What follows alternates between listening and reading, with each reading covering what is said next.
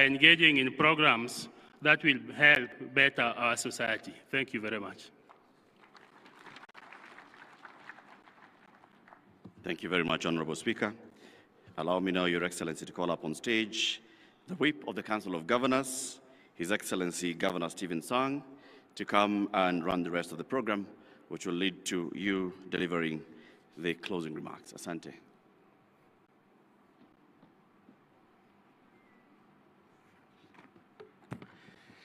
Your Excellency, the Deputy President, Professor Kithure Kindiki, the Chair of Council of Governors, the host governor, all Excellency Governors, colleagues, ministers present, and all delegates, on behalf of the Council of Governors, we want to take this opportunity to thank all of us for taking time to attend this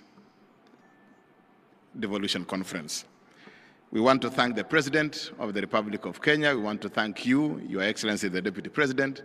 We also want to thank the Right Honorable Prime Minister Raila Amolo Odinga, all Cabinet Secretaries, all PSS, all delegates that were able to come to this session and attend this conference, all our colleague governors, deputy governors, MCAs, and the members of the public who attended this conference. You made a difference in attending this conference.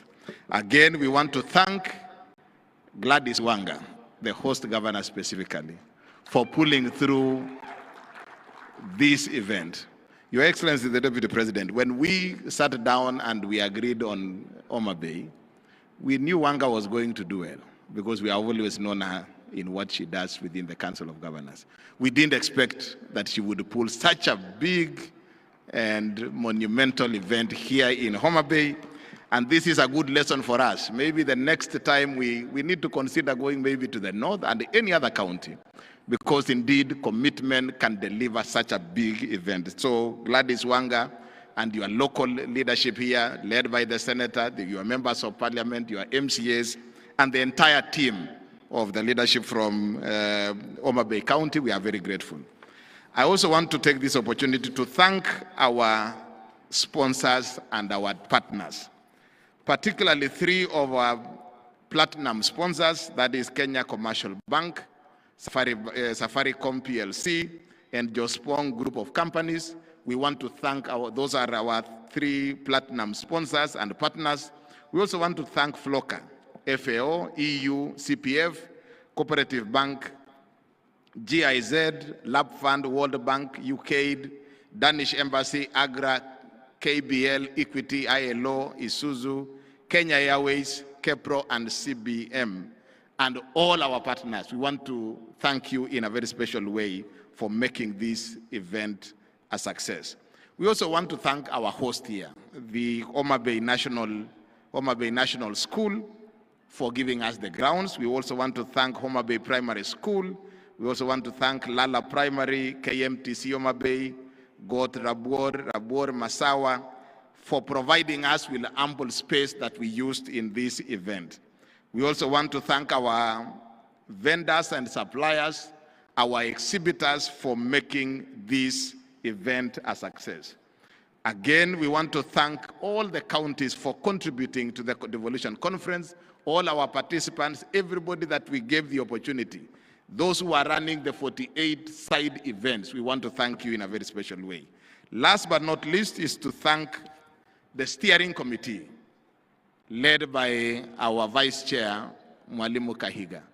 You have demonstrated a lot of commitment in running this. You have been to Homa Bay almost 3 or 4 times, chairing several meetings here. We want to thank you and the steering committee in a very special way for the work that you have done in pulling this through. And also our planning committee, chaired by our CEO, Mary Mwiti, together with the dedicated staff within the COG. The COG Secretariat, we know for the last 2 or so months you have not slept, working around the clock to pull this through. We want to thank you in a very special way. And of course, the overall leadership of COG, led by our chairman. Asante sana FCPA for the work that you have done, and everybody. The speech was long, and I am not going to go through the entire speech word by word. The message is this: we are very grateful. Whoever played a role, those of us who have contributed in a very special way, we want to say thank you.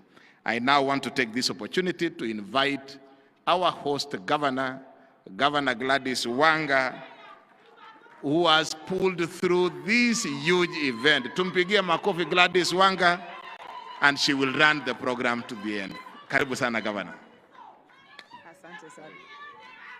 Your Excellency, the Deputy President of the Republic of Kenya, I think Governor Sang is thanking me profusely, maybe for the conference, but also because last night I brought for him some Ogangla singers, and he unleashed some very good talent in dancing. So he unleashed some very good dancing talent, and I hope you did enjoy yourself. So, Your Excellency, the Deputy President of the Republic of Kenya, our Council of Governors Chairman, His Excellency FCPA Ahmed Abdullahi, and the Vice Chairman, His Excellency Mutahi Kahiga, colleague governors present, Deputy Governors led by my own Deputy Governor, His Excellency Oyugi Magwanga, please just wave for recognition. Asante sana for the support that you've given us to go through with this. Honorable Senators and members of the National Assembly, led by our own local team, Homa Bay here. Please, our local MPs, please just rise. And when I say local, I mean the entire region. Please, I just want to recognize you so that you can be seen. You've been here throughout. Honorable George Peter Pondokaluma, Area MP for Homa Bay Town Constituency. Honorable Dr. Joyce Osogo Bensuda, MP for Homa Bay County. Honorable Senator Moses Otieno Kajwang, our Senator for Homa Bay and Chairman of the Public Accounts Committee in the Senate. Honorable Senator Eddie Okech, Senator for Migori County and Chairman of the Transport Committee. Honorable Dr. James Wambura Nyikal, Member of Parliament for Seme and Chairman of the Health Committee in the National Assembly. Asante sana. Honorable Senator Catherine Muma, nominated Senator from Kisumu County. Asante sana. Our County Executive Committee members, please just rise. The CCs from Homa Bay, just rise and wave. Asanteni sana. You've done a good job. You have put in a lot of work to make this happen. Members of constitutional commissions and independent officers, development partners, private sector, academia, media, and civil society, our esteemed partners and exhibitors, distinguished guests, ladies and gentlemen.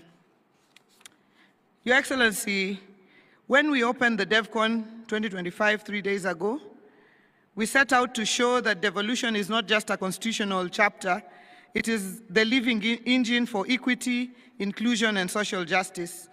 And you, our delegates, have shown it in action.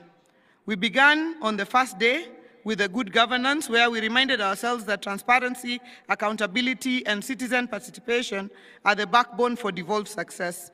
Sharing innovations from open data portals, automation, digitization, to drone-delivered medicines. We then moved to the second day on human rights and social justice, where we agreed that no Kenyan should be left behind, whether they are a woman in a rural market, a young innovator in an urban hub, a person living with disability, or a refugee seeking dignity.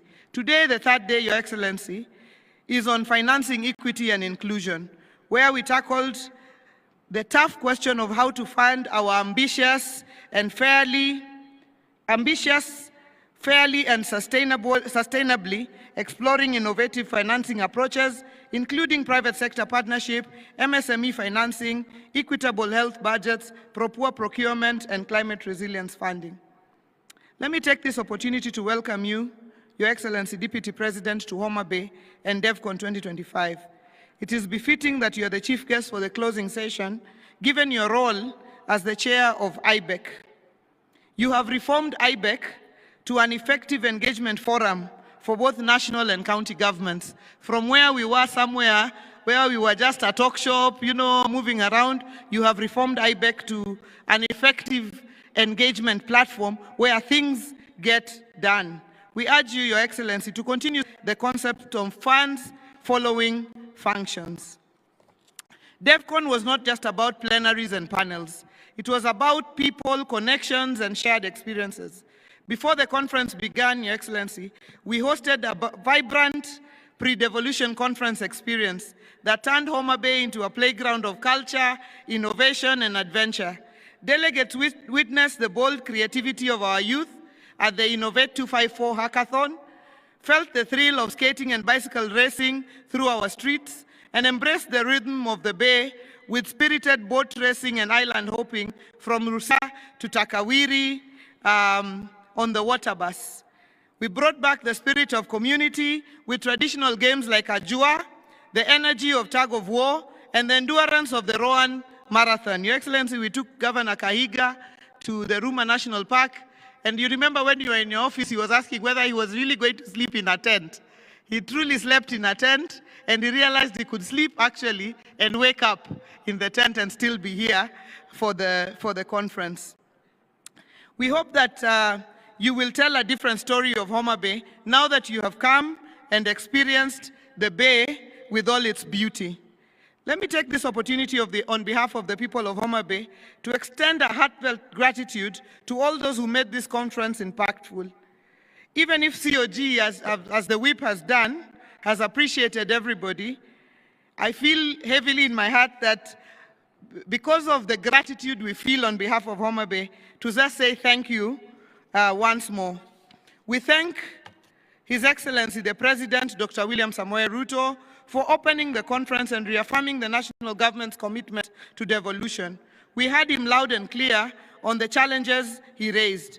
For Homa Bay, we further thank the President for opening the Homa Bay County headquarters, the Ugatuzi Amphitheater, and laying the foundation stone for the Tom Mboya University Students' Village, being the first student accommodation to be launched in the entire country. We thank also the Right Honorable Raila Amolo Odinga for inspiring us with his unwavering belief in a Kenya that works for all. As the father of devolution, he spoke eloquently on the question of enhanced funding for counties. Funds should follow functions, and where the funds are held by the national government agencies, they should be released to counties. Your Excellency, Deputy President, we also thank you for honoring us today and helping us close this conference with wisdom and focus on devolution. To the Council of Governors and all the governors present for steering the devolution cause with a unity of purpose. I once again thank my colleague governors led by our chairman, His Excellency FCPA, Ahmed Abdullahi, and Vice Chairman, Dr. Mutahi Kahiga, for choosing Homa Bay to host DevCon 2025. We were the least expected of places to be able to bid and host this conference. But I am glad that you believed in us, and I'm also glad that we didn't disappoint you.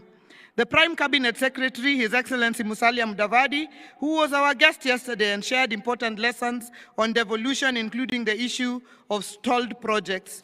The Cabinet Secretaries who attended DevCon 2025 and shared important perspectives on devolution for their dockets. The Cabinet Secretary, Honorable Adan Duale, our CS for National Treasury, who is also a son of the soil. Our CS, we are proud of you. We say money sleeps here in Homa Bay. People think literally if they come, they can see the money. But we thank you for working together with His Excellency the President and Deputy President to turn around our economy, and we are very, very proud of you as a son of this very soil. We also thank the CS for Tourism, Honorable Rebecca Miano, the CS for Energy, Honorable Pio Wandai.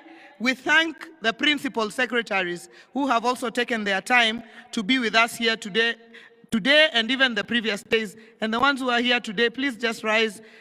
We'd just like to recognize you as well, the principal secretary for Medical Services, the Principal Secretary for Children's Affairs, Karen Agengo, the Principal Secretary for Devolution, I can't see too well, but our other Principal Secretaries, Asanteni Sana. Thank you very, very much. The Senate for protecting and defending devolution, and for the senators who attended our conference led by our very own senator and the Speaker of the Senate, Speaker Amason Jaffa Kingi. The National Assembly for ensuring our legislative frameworks respond to the realities of our people, and for the MPs who attended DevCon 2025 led by the strong Homa Bay team. The County Assembly's Forum, the County Speakers, and all MCAs. MCAs from Homa Bay, if you're here, just rise and wave as well. asanteni sana. Our development partners for investing your time, your expertise and resources in this particular conference. Our pre-DevCon partners, including the Kenya Shipyard Limited, where the NSDCC, KWS, KTB, SHOFCO led by Dr. Dede, our UN Mandela Award winner, and all other partners. Our delegates who traveled from far and wide, some crossing oceans, your presence has enriched these deliberations. Our service providers, the DevCon Steering Committee, and the Technical Committee led by our CEO, Madam Mary Mwiti. Because I was here with you guys throughout, I know the work that you've done. I don't know if the Secretariat are here. Please just rise and wave. You guys have done a great job. Your Excellency, DP, when you see a conference like this, sometimes you think there are huge people, event organizers who are doing the work. The work is done by some young men and women here, led by Madam Mary Mwiti, and they do an excellent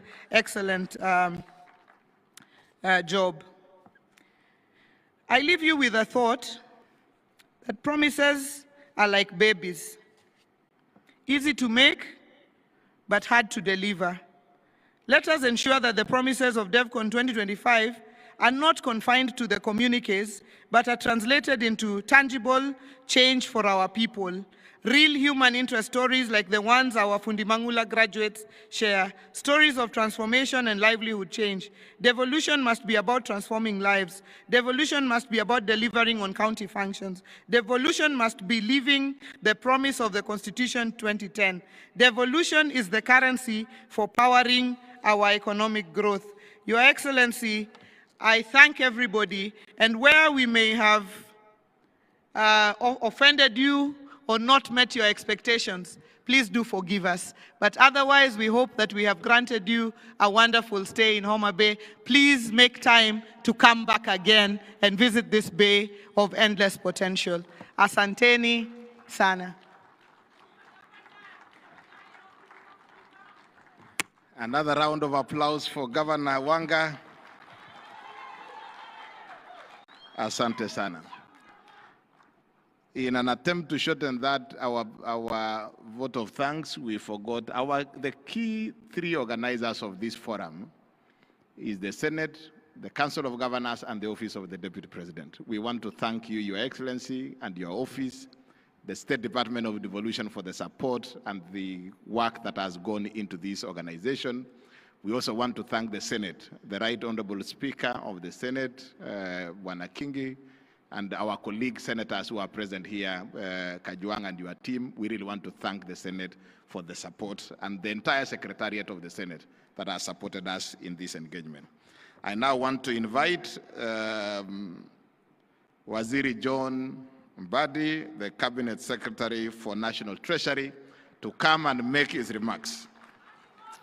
Waziri, it is too early for us to make a judgment as to what you are doing, but whatever it is that you are doing, keep doing. It's working. Karibu sana.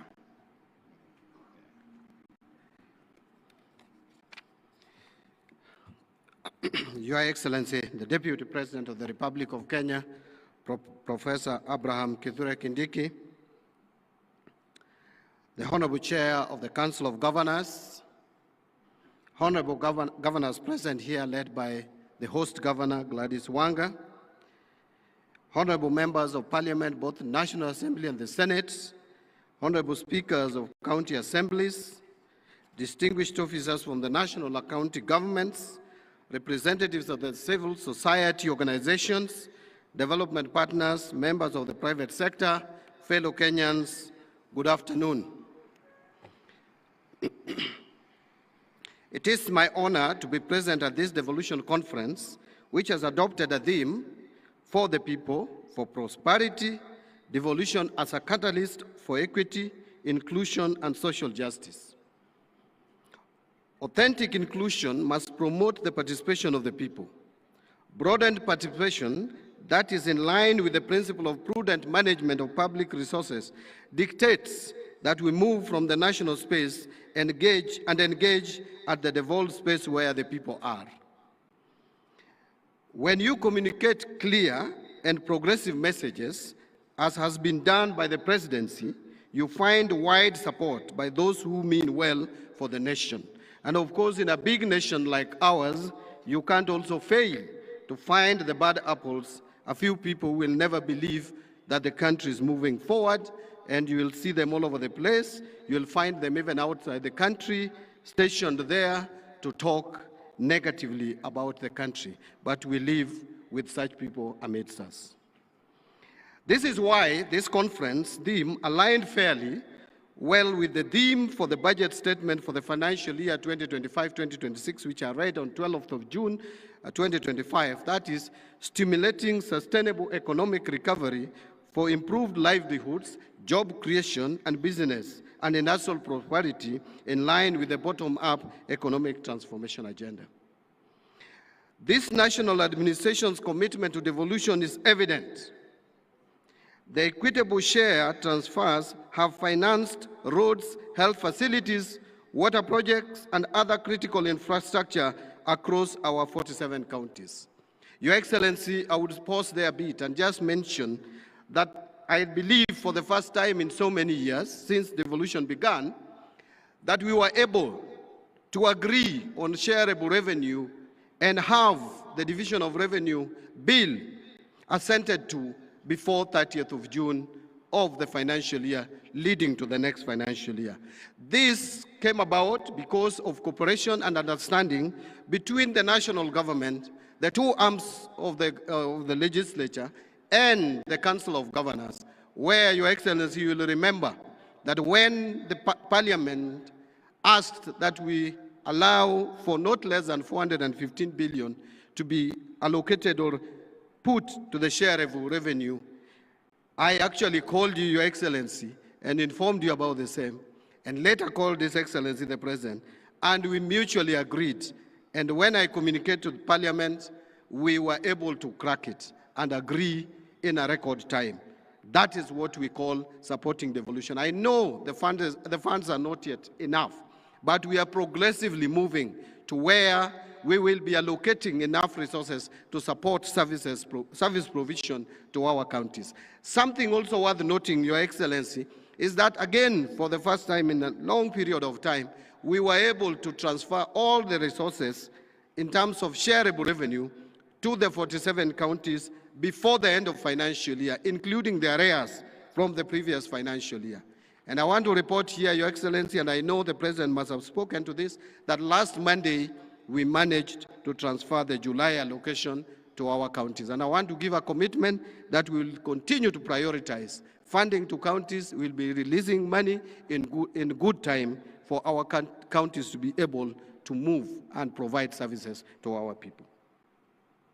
However, Your Excellency, the promise of devolution can only be fully realized if both the national and county governments work in close partnership, grounded in mutual accountability and prudent financial management. The example that we see in this county is a clear example of both national and county governments partnering together to deliver services to the people. Your Excellency, when you move around in this county, and more particularly in Homa Bay town, you will see massive improvement in this town. This is something that was not there 3 years ago. Your Excellency, it is as a result of partnership and cooperation between the two levels of government. And I believe that our county government, led by Governor Gladys Wanga, will still continue to partner with us at the national government level to be able to give services to our people. And that should be replicated across the country.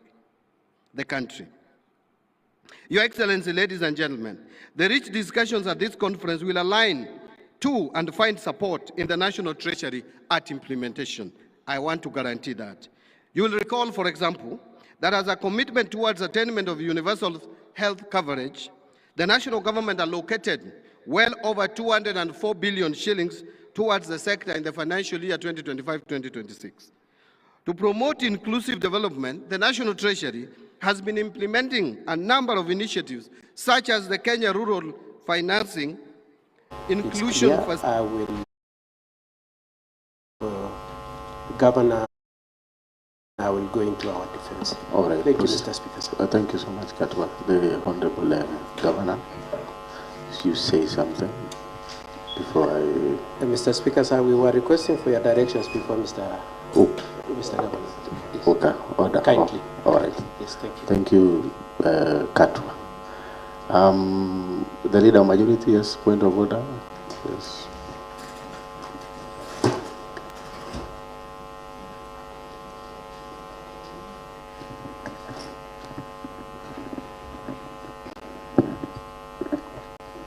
Thank you very much, Mr. Speaker.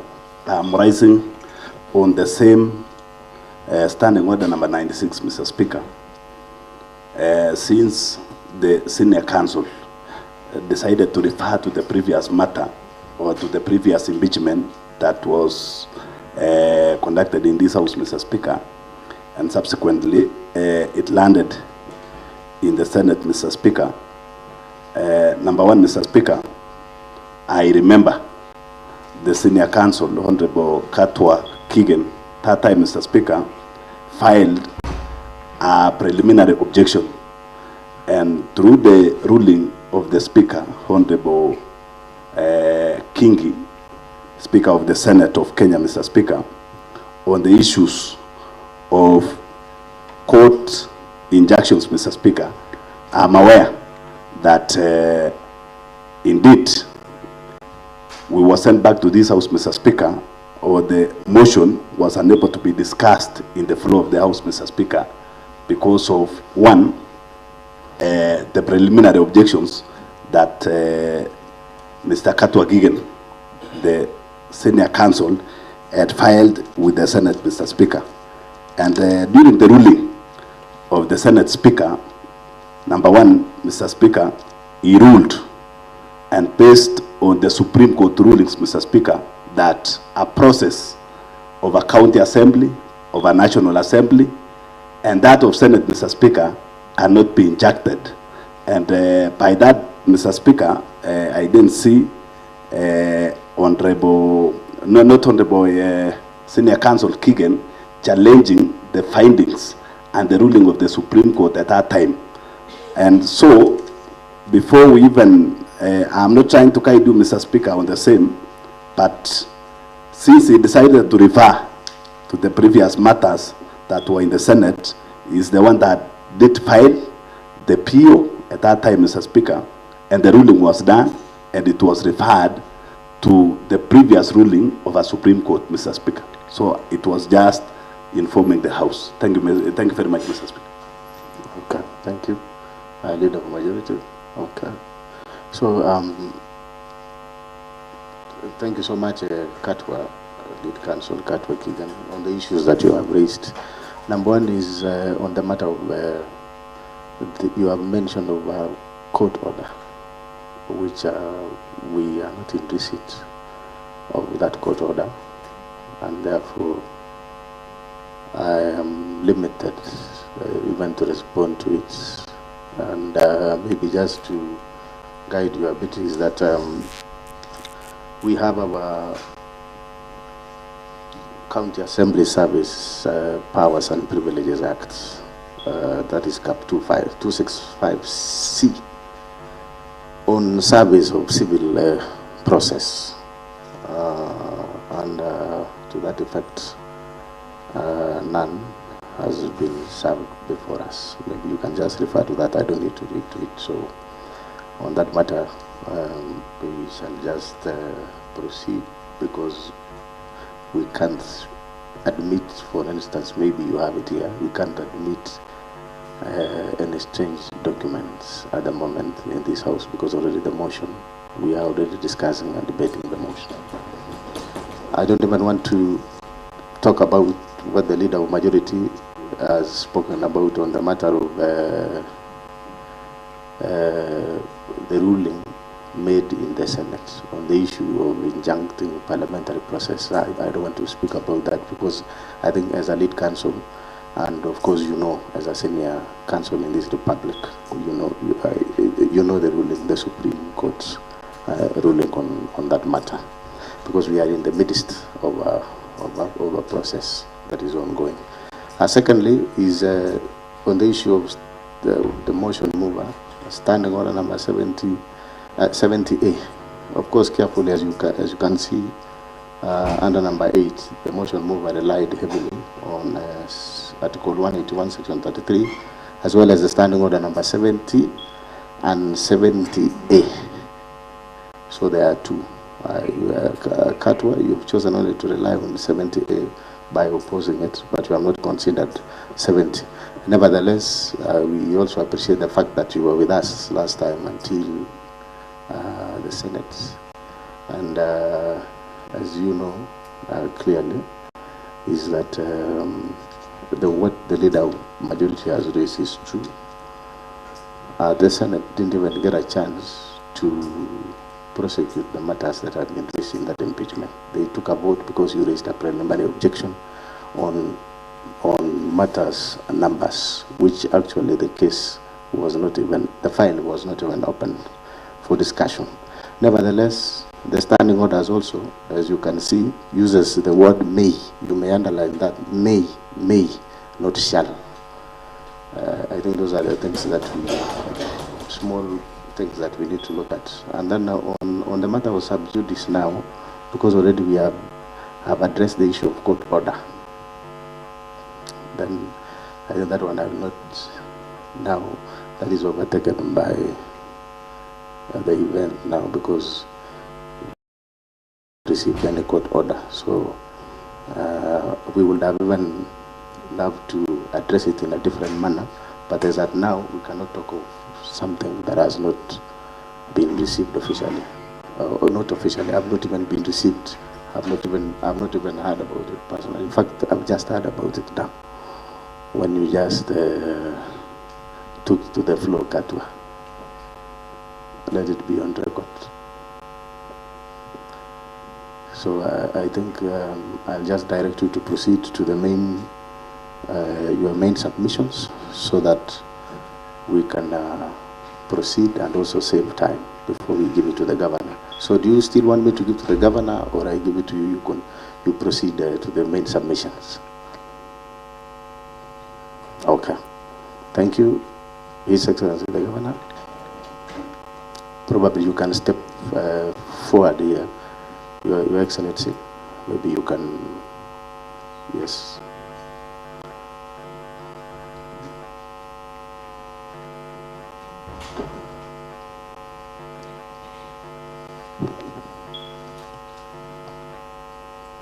Thank you so much.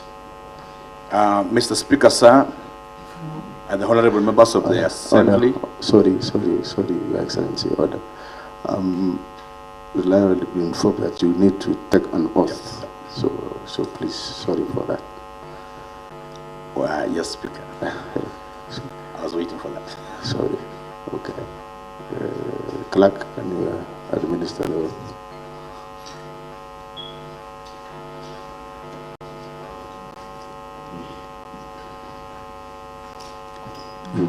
I, His Excellency Dr. Eric Kipkoech Mutai, do swear that the evidence I shall keep before this committee is the truth, the whole truth, and nothing but the truth, so help me God. Thank you so much, Your Excellency. Now you can proceed with your submission. Thank you so much. My submission, Mr. Speaker, thank you so much for this great time and this afternoon. And with a lot of humility, unlike the previous impeachment, Mr. Speaker, I was not there in person. But because this is a second impeachment happening in a row in Kericho County, the previous governor was impeached once. This one of Kericho County has been impeached the first time. This is the second time, and I thought I would like to come and listen also to debate, contribute, and also provide the facts that pertain to this county. Because the matters beforehand, Mr. Speaker, are grave issues that are of importance to the great people of Kericho County that they elected us to be able to serve them. Secondly, Mr. Speaker, I'm very happy that my persistent accuser, Mr. Ragoin, today did not prod anybody in Buibui. And it's an improvement from the previous impeachment, Mr. Speaker. I was looking around, and when he was presenting videos, I thought I would see suddenly a Buibui, and we were not prepared for that, Mr. Speaker. But I'm happy that today he has improved a bit from the previous one, which is very good for all of us, because we're now discussing real substantive issues. Number 3, Mr. Speaker, is to really appreciate your kind gesture since we came to this house. You've received us very well. The debates has proceeded very well. And I think this is a strength of maturity in the democracy of a nation, where we can agree, we can disagree to agree, and at the end of the day, we're able to debate on facts and even provide proper directions for the county governments that the Lord has blessed us under jurisdiction. Number 4, Mr. Speaker, I would just like to make some few observations that as it is and the matters before us at hand, the matters that has been raised substantially here, I received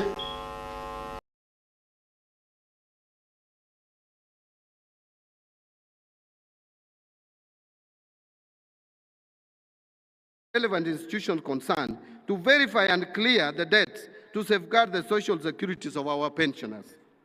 Finally, very finally, let us all diligently play our roles of strengthening service delivery, upholding accountability, and ensuring that no Kenyan is left behind. I want to give a commitment, in so long as I'm still the Cabinet Secretary in charge of National Treasury, that we... A discussion was made in this house on the ad hoc committee.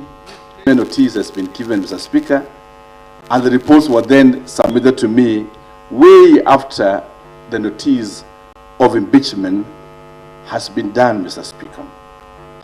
In all human possibility, I had not even had a chance to go through the reports, Mr. Speaker, but when I was waiting for the reports to work on it, already an impeachment motion has been tabled in this great house. I say this, Mr. Speaker, not because we don't want to adduce to the fact, but just to let the people of Kericho understand that when we will get to a point of saying that the governor had not acted in the report, it is good to know that these reports came way even after the impeachment notice has been done, and it is what substantially is forming part of the grounds of the impeachment that has been made, Mr. Speaker. It is only fair in natural justice to be able to provide, like these reports would have come to me in good time, read the report, interpret it, and then come out to the public to indicate or write to this honorable assembly on the steps that the governor intends to do based on the reports.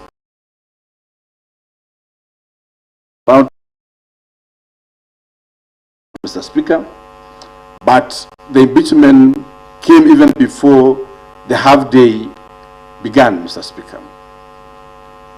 Thirdly, Mr. Speaker, I am committed to this great assembly and the great members here and the people of Kericho to go, or having gone through the report, to do the following. Number 1, to be able to act on the same report in totality within the stipulated framework that was given by this house. That is and still remains my commitment towards the given report. Mr. Speaker, to demonstrate our commitment in settling these matters, funds embezzlement is not a political question. It is criminal questions in nature.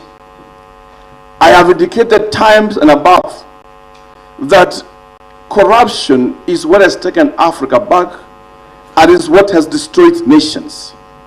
My commitment is demonstrated by the fact that EACC, DCI has taken say of the matter. As a county government, we have already submitted the documents to EACC and the DCI, who have been sent to come and prosecute this matter within also the relevant structures which portrays what this great assembly has done. Our commitment is to fully implement, cooperate with the agencies to ensure that the same is done and justice is served by the people, is served and given to the people of Kericho. Mr. Speaker, matters have been raised on the inconsistency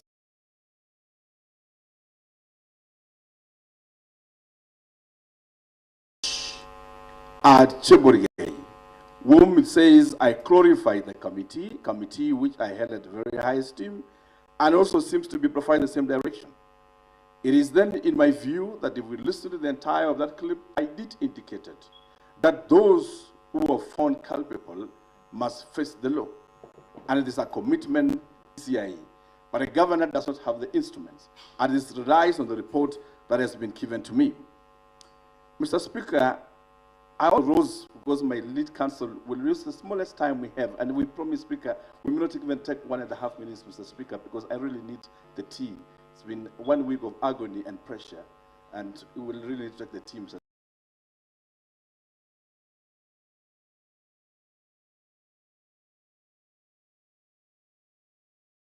And my good friends will take the floor here. Some of the things they will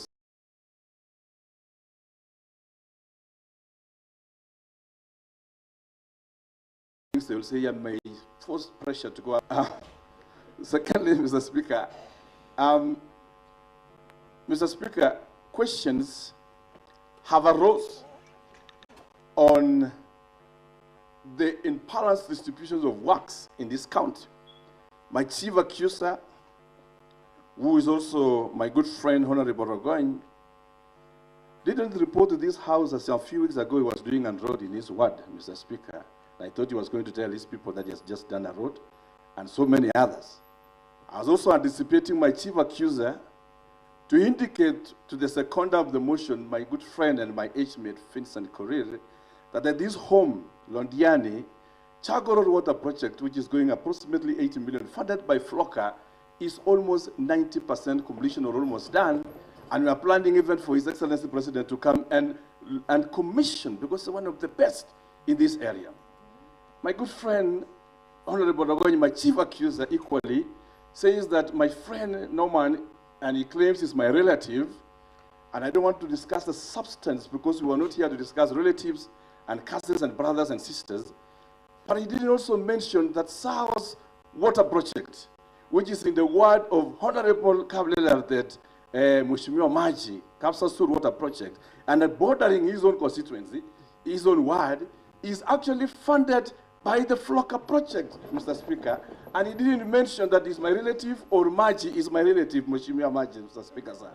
But he was very quick to say that Norman is my relative and therefore water project is being done in his ward. But the same Kapsasur Water Project which is being done in his own ward was not very kind enough to say that this water project is going to share is done. Those are the few things I want to raise. Mr. Speaker, the honorable member, and they say that Mheshimiwa Dominic of Kabianga is my friend. Mr. Speaker, my chief accuser, in the same breath, didn't realize that at a place called Kibrengwe, somewhere in Kedawa, Kimugul, Mr. Speaker, a key Flocker water project is being done in that area at a cost of 17 million, and it is in the ward of my good friend, which we just inspected the project today, Mheshimiwa Sigilai, Honorable Speaker. That is not your Mossad word. And I'm happy that the chief accuser didn't say that the member is my friend. So because he's my enemy, if you're using his own terms, it means that the project is again being done in his ward, and it's a very good thing, Mheshimiwa Speaker Sam. Mr. Speaker, the question that the governor is unbalanced in distribution of work is far-fetched. Today, we are building a facility at Soshat, upgrading Soshat Hospital to be level 4 hospital. And we are doing a project worth 158 million. I'm very happy again that my chief accuser didn't mention, Mr. Speaker. Order. I will, because of the matter, I want us to allow His Excellency the Governor to make his submissions. Thank you for. And then at some point in time, when Katwa will be and his team, I will allow the point. So the Honorable Rogoin, Mr. Speaker, the Honorable Rogoin, the motion mover, and which Mheshimiwa Paul Chichiri is assisting us. Honorable members, perhaps you know the governor is the first time he's standing. Thank you for your grace, Mr. Speaker. So I think they want you to refer that Honorable Rogoin as the motion mover. Thank you for your grace, Mr. Speaker. I refrain from that and apologize. Okay, And Mr. Speaker, Honorable Rogoy didn't indicate, the motion mover didn't indicate that in Honorable Shelley's place we are building a facility. But he didn't also indicate that he's my friend, but we are doing a facility there today, Mr. Speaker, sir. What I'm trying to build on, in fact, the Mheshimiwa Honorable Cheriot Beth of Ainamoi, the other day through Flogger project, we were giving out daily course with him. And Ainamoi is not Chemasad word. And the motion mover correctly did indicate that we are doing something. So the accusation of the governor that he has not balanced the word, I want to believe in the history of devolution, this is the time that we are speaking live to many of the wards across this county. Mr. Speaker, because I don't want to dwell with much because I know that and you'll forgive me because I don't know the practices of this house, and lucky for me, I've not been an MC or a member of parliament, just been in the executive. I would also just like to mention a few things, and this is for the clarity of the county.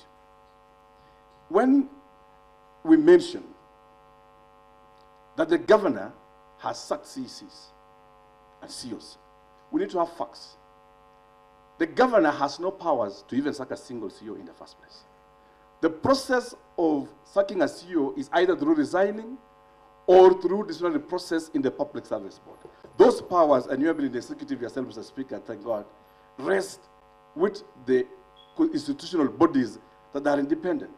In Kericho County, I would like to see a letter today being tabled that indicate the governor signing that I have sacked this CEO on this date and this date, Mr. Speaker, sir. Because the rest remains just wishful thinking. As the CECs, Mr. Speaker, it's very challenging. The internal processes as the appointing authority lies within the executive after 3 days of hard work. We were at Naivasha. There were discussions with the church. Delegates would want to get home. And the law of diminishing returns is at work. But it's also an opportunity and a benefit because for the same reason that we all want to get traveling home, concentration capacity is at its lowest, and therefore the last speaker can get away with anything. It is with great optimism I deliver these remarks at the conclusion of a very successful 9th devolution conference held in this beautiful and vibrant county of Homa Bay. I commend the Homa Bay County for once again demonstrating its capacity to host national events with excellence and distinction. Having only recently hosted the 2025 Madaraka Day celebrations with remarkable success. The warmth of the people of Homa Bay,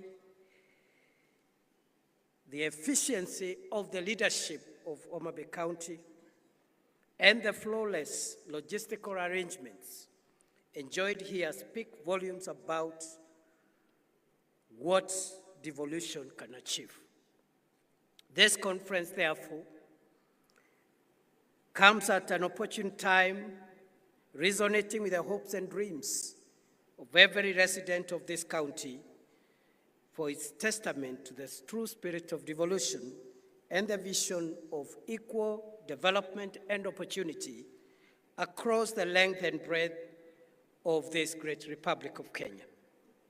Ladies and gentlemen, friends and colleagues, over the past 4 days, the 9th Devolution Conference has served as a critical policy forum, facilitating evidence-based dialogue, peer learning, stakeholder reflection on the trajectory of Kenya's devolution agenda. Participants have rigorously interrogated data, shared subnational innovations, synthesized citizen feedback, and reaffirmed our collective commitment to embedding equity, inclusion, and social justice into the fabric of the devolved government's structure. The 9th Devolution Conference has brought into sharp focus some of the most enduring and structural challenges facing devolution today. Significantly, the deliberations have been grounded in data, participatory evidence, and collaborative results. Additionally, this conference has served as a mechanism of accountability, reaffirming that devolution is more than a constitutional aspiration. It is a practical and developmental instrument for advancing spatial equity, participatory democracy, and transformative service delivery. In so doing, the conference has underscored the future of devolution lies in institutional innovation, shared responsibility, and policy execution that centers on the citizen. The deliberations of this conference were structured under particular themes. The good governance theme reaffirmed a central truth that public participation, civic engagement, social accountability, and fidelity to the rule of law are not just discretionary ideals. The deliberations on human rights and social justice brought into sharp focus the imperative of embedding a rights-based approach within our devolved governance structures. As we bring this year's devolution conference to a close, I reaffirm the national government's unwavering commitment to strengthening devolution, because devolution remains our most powerful tool for driving inclusion, equity, and social justice for us prosperous Kenya. I commend the National Treasury for maintaining a strong disbursement performance despite the prevailing fiscal situation. And as the Minister has said, as of end of June 2025, all the disbursements, including the arrears of the previous financial year, have been settled. I encourage continued collaboration of the national and county governments in the execution of key priority projects that we are partnering to deliver. For example, the county aggregation and industrial parks, which remain a critical anchor to the job creation agenda. In the health sector also, through the partnership of both levels of government, Kenya has now enrolled in excess of 25.5 million residents under Taifa Care, administered by the Social Health Authority, SHA. This is a major step towards achieving universal health coverage. The national government will be reaching out to county governments to activate a joint plan to engage our young people in targeted interventions. The young people of Kenya have expressed their reservations with the government's speed and efficiency in executing the agenda for job and income opportunity creation.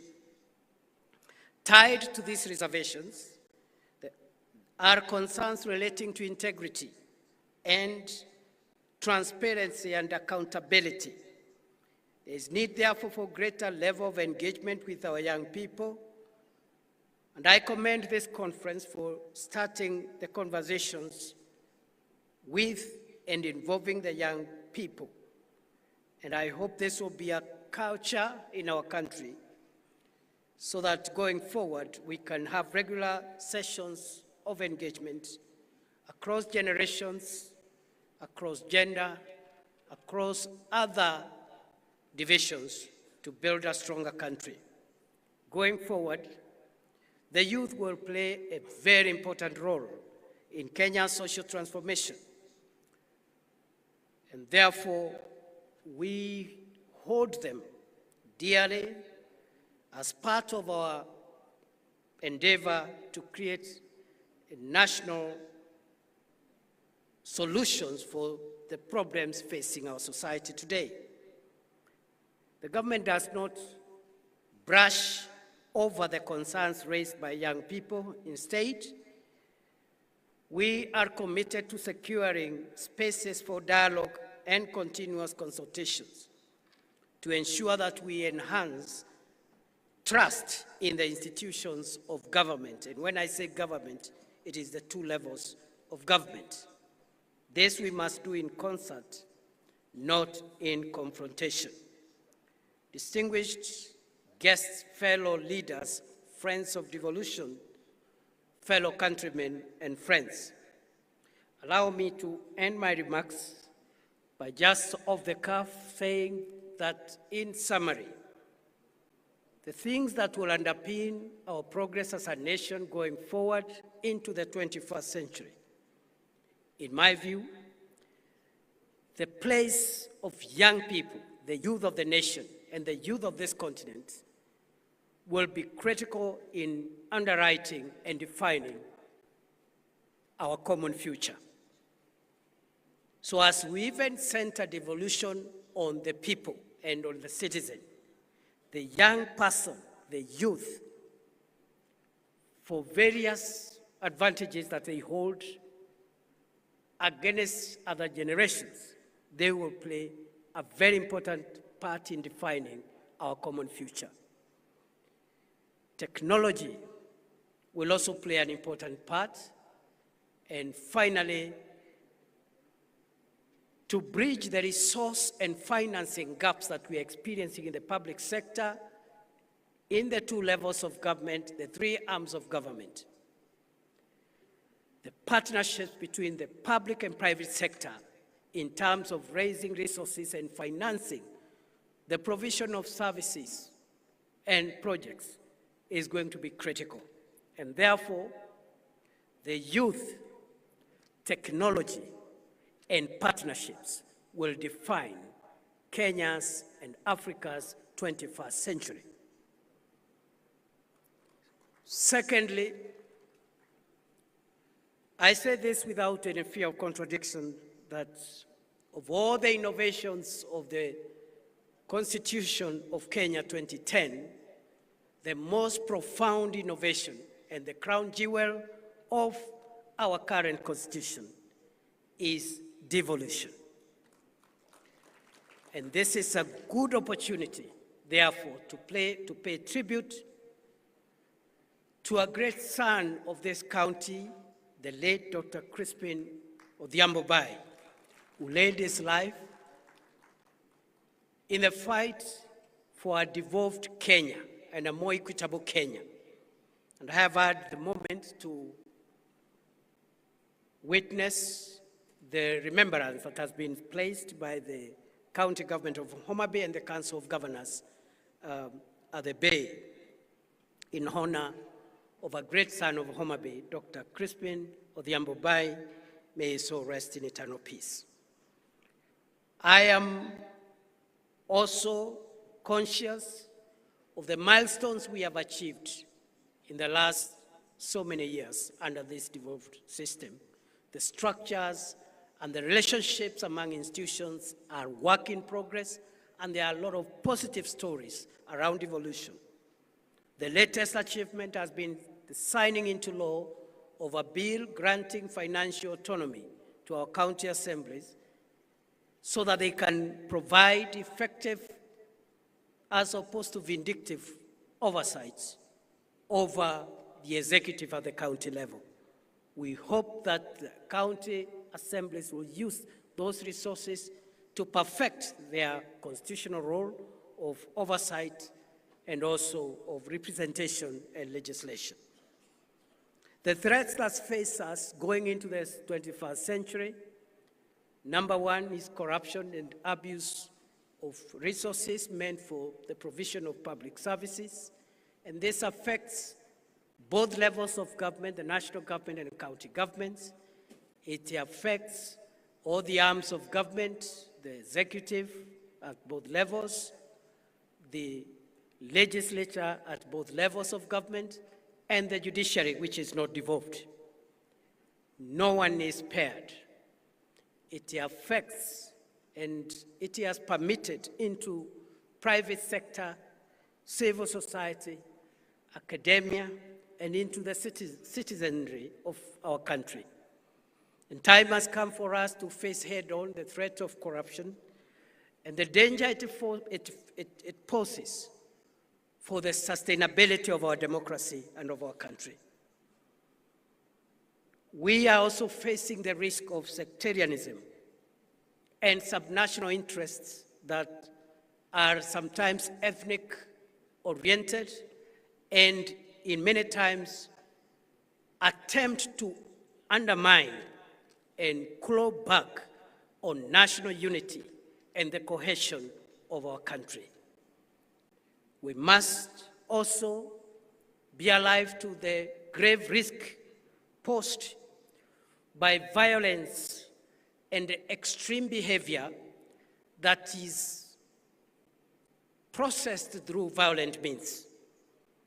And therefore, violent extremism today is not around religious fundamentalism only, but we are witnessing also political intolerance and extremism, where disagreements on national issues, including national problems, are processed through violent behavior. That, in my very humble submission, fellow Kenyans, poses grave danger to the sustainability of Kenya and Africa as we move to the 21st century. Therefore, the triple risks of corruption, sectarianism, especially ethnic sectarianism, and violent extremism, including politics and political issues being processed through violence, those three risks stand on the way to our prosperity as we look into the 21st century. But as I have said, good people, we have the benefits, the advantage, the resources, and the largesse of a huge and educated young population, a hub for technology and innovation in our country, and the growing harmonization of the resources across public and private sector to produce enough resources to deliver services. We have a good constitutional order whose crown jewel is devolution, and increasingly the relationships between all institutions in devolution is work in progress, and there's a lot of success stories for us to learn from. It is therefore a great privilege for me to stand before you, fellow Kenyans and friends, in this land of Homa Bay County, a land that has produced very many great Kenyans, the late Tom Mboya, a great nationalist who fought for the independence of our country. We recently buried Phoebe Asio, Mama Phoebe Asio, who did a great job towards the empowerment of women and the recognition of equality across gender. But we have present-day heroes. What our sister Gladys Wanga has done is to affirm and confirm that what a man can do, a woman can do better. My sister, you have dignified the leadership of women. Going forward, let there be no doubt about what a woman can do as a leader. We applaud you, and you're a good example to our sisters and our daughters, so that we can know that a woman is just as good, if not better, a leader than the rest of us. So thank you very much, Gladys. But we have our great son here of Homa Bay, John Mbadi, the first National Treasury Minister from this region, courtesy of President William Ruto. The first National Treasury or Finance Minister from this part of the world and this part of the country, who in a record 1 year has turned around, demystified the National Treasury, simplified the complexities around public finance in the National Treasury. And with the support of the President and the rest of his colleagues, those of us who sit with him in cabinet, John Mbadi is on the way, is on the road, in my estimation, of becoming perhaps one of the best finance ministers Kenya has ever had. Thank you, John. You have our support. I know we have other leaders here. My brother, Moses Kajwang, my high school mono of many years, has also done a good job as a young person. He's now a very experienced senator, and he's come out as a very strong and principled leader, very articulate, issue-driven. He's never petty. I salute you, Senator Moses Kajwang. And I think Homa Bay has done very well.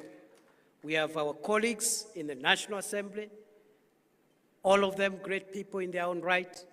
But because we are in Homa Bay town, the contribution of George Opondo Kaluma as a parliamentarian has been quite profound. We salute you, Mheshimiwa Kaluma, and the other colleagues from this region. You've done us proud.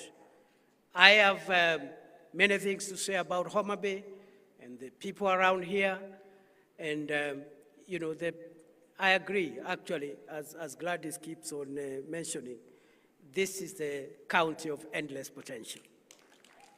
I have had the privilege to work as a Cabinet Secretary for Interior, and my colleague, P.S. Raymond Omolo, who also comes from this county, did a fantastic job while we served with him, and I think until now, even under the new minister, is delivering for Kenya, a fairly young leader holding one of the most crucial dockets in the government of the Republic of Kenya, again, courtesy of President William Ruto.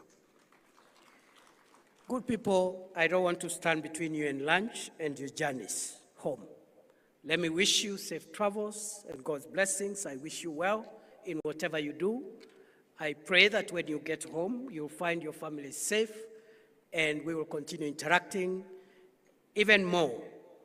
Thank you, Homa Bay County. You are watching Thank you, Glory Council of Wonders Governors. TV. Thank you, all partners. And thank you, all colleagues who have made this. God bless you.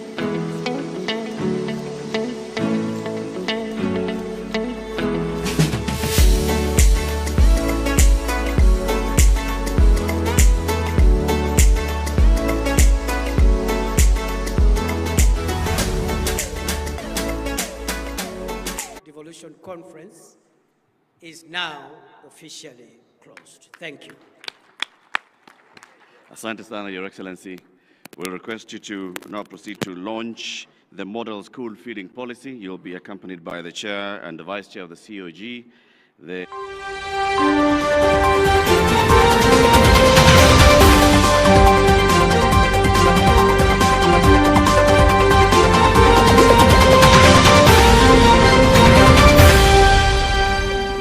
It was paid before everything was done to those to the people of this county, Mr. Speaker.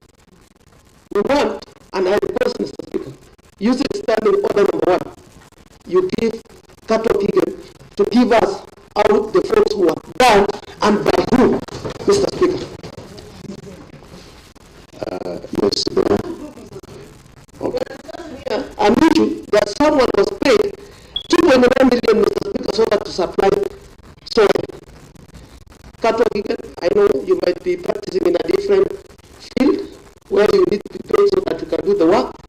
But in this country, in this world, where on earth that can contractor be lending money by the government so that they can do the work? So, Mr. Speaker, we want also Kato Kigen, I know that you have gone all the way to ICC, but this is a different setup that we want to know where is the final. all right, honorable members, honorable legislative, there was a hand. Point of order.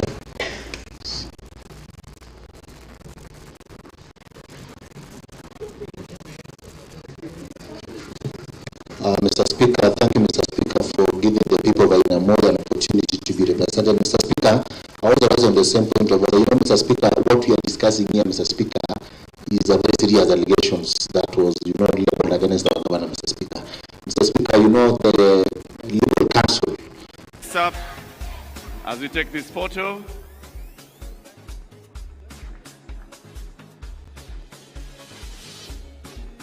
Asante sana. We're next going to have gifts. Gifts will be brought up on stage shortly.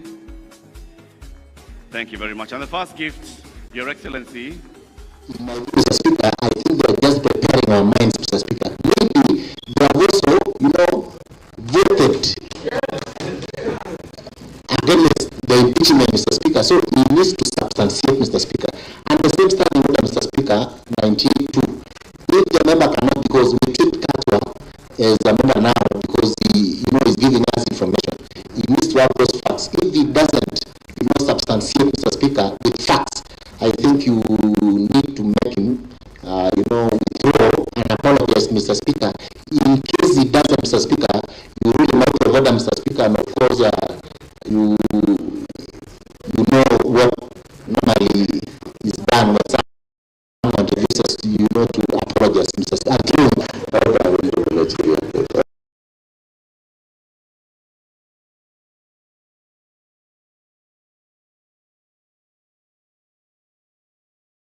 I pray the word of our eating for 1.5 hours that we had. Okay, thank you, Mr. Speaker, sir, for this opportunity.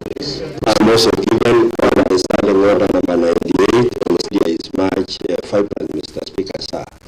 And I also saw a voting which was done last night of 34 members voted. And then we wanted also to know how this 34 was obtained, Mr. Speaker, because the social media, Mr. Speaker, and one of the members seated in the House, Mr. Speaker, Mr. Speaker, and we also feel threatened that some voting has been done, Mr. Speaker. Honorable members, I want to give to, I'd like to give to the Honorable Chief, and then I give to Honorable Eric Beck, and then finally leave on majority, and then I give direction so that we proceed. I don't want us to measure on the matters that are not in the substantive motion. We'll proceed. Honorable. Thank you very much, Honorable Speaker, for giving me the opportunity while I rose on a point of order, Mr. Speaker. This is a special sitting to discuss very, very weighty matters to do with funds, resources for the county of Kericho. Our standing order, Mr. Speaker, is very clear, expressing the responsibility for statement of fact. Mr. Speaker, sir, if a member can rise, and especially a senior member like Katwa Gigi, can rise before this house. We have a minister that is representing authority in this house, Mr. Speaker, sir. Mr. Speaker, sir, how can a whole senior member make very senior allegations that maybe some voting has been done? Mr. Speaker, sir, two things. It's either he substantiates with facts, or if he's unable to substantiate with facts, he apologizes. Or if he does not do that, Mr. Speaker, sir, you rule him out of order. Because, Mr. Speaker, sir, the whole country is following us. Mr. Speaker, sir, how can a whole member, a senior member, rise again and bring serious issues that voting has been done about some 34? Mr. Speaker, how do you admit in this house information? We are a house of rules and procedures.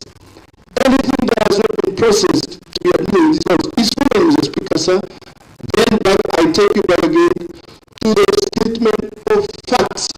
Mr. Speaker, the Honorable Gilbert Notich, if he is unable to substantiate, Mr. Speaker, his allegations of 34, Mr. Speaker, sir, you better rule him out of order, Mr. Speaker. Number 3, the Honorable Governor, a whole governor, Mr. Speaker, sir, can rise and make very serious allegations that the Honorable Rogan, the motion mover, is doing a road. Mr. Speaker, sir, this is the answer. We are a house that does representation, legislation, and oversight. We do not implement, we do not execute anything, Mr. Speaker, sir. That is the height of displaying incompetence, Mr. Speaker, sir. And the Honorable Governor should also take you back on the statement, the responsibility for statement of fact. If the governor is unable to prove or substantiate that the Honorable Lord is doing all in his place, then the governor should also substantiate. Thank you, Mr. Speaker, sir. The governor has made allegations, very serious allegations, that my spouse is an employee of the county. That I accept. Mr. Speaker, sir, my spouse was employed in 2010 by the national government under economic stimulus program. And she has been working, she has rose through the ranks. She's now a senior member, and she is a senior member in terms of council, Mr. Speaker, sir. She's a council specialist. So the governor, again, I quote, these are House of Rules and Procedures. We are guided by the standing order, the Constitution, national laws. If you are unable again to substantiate, the Honorable Governor will better withdraw and apologize so that it goes on record that you are saying the truth. Thank you, Mr. Speaker, sir. We are guided and we are ready to prosecute this very serious matter. You are watching Glory Wonders TV.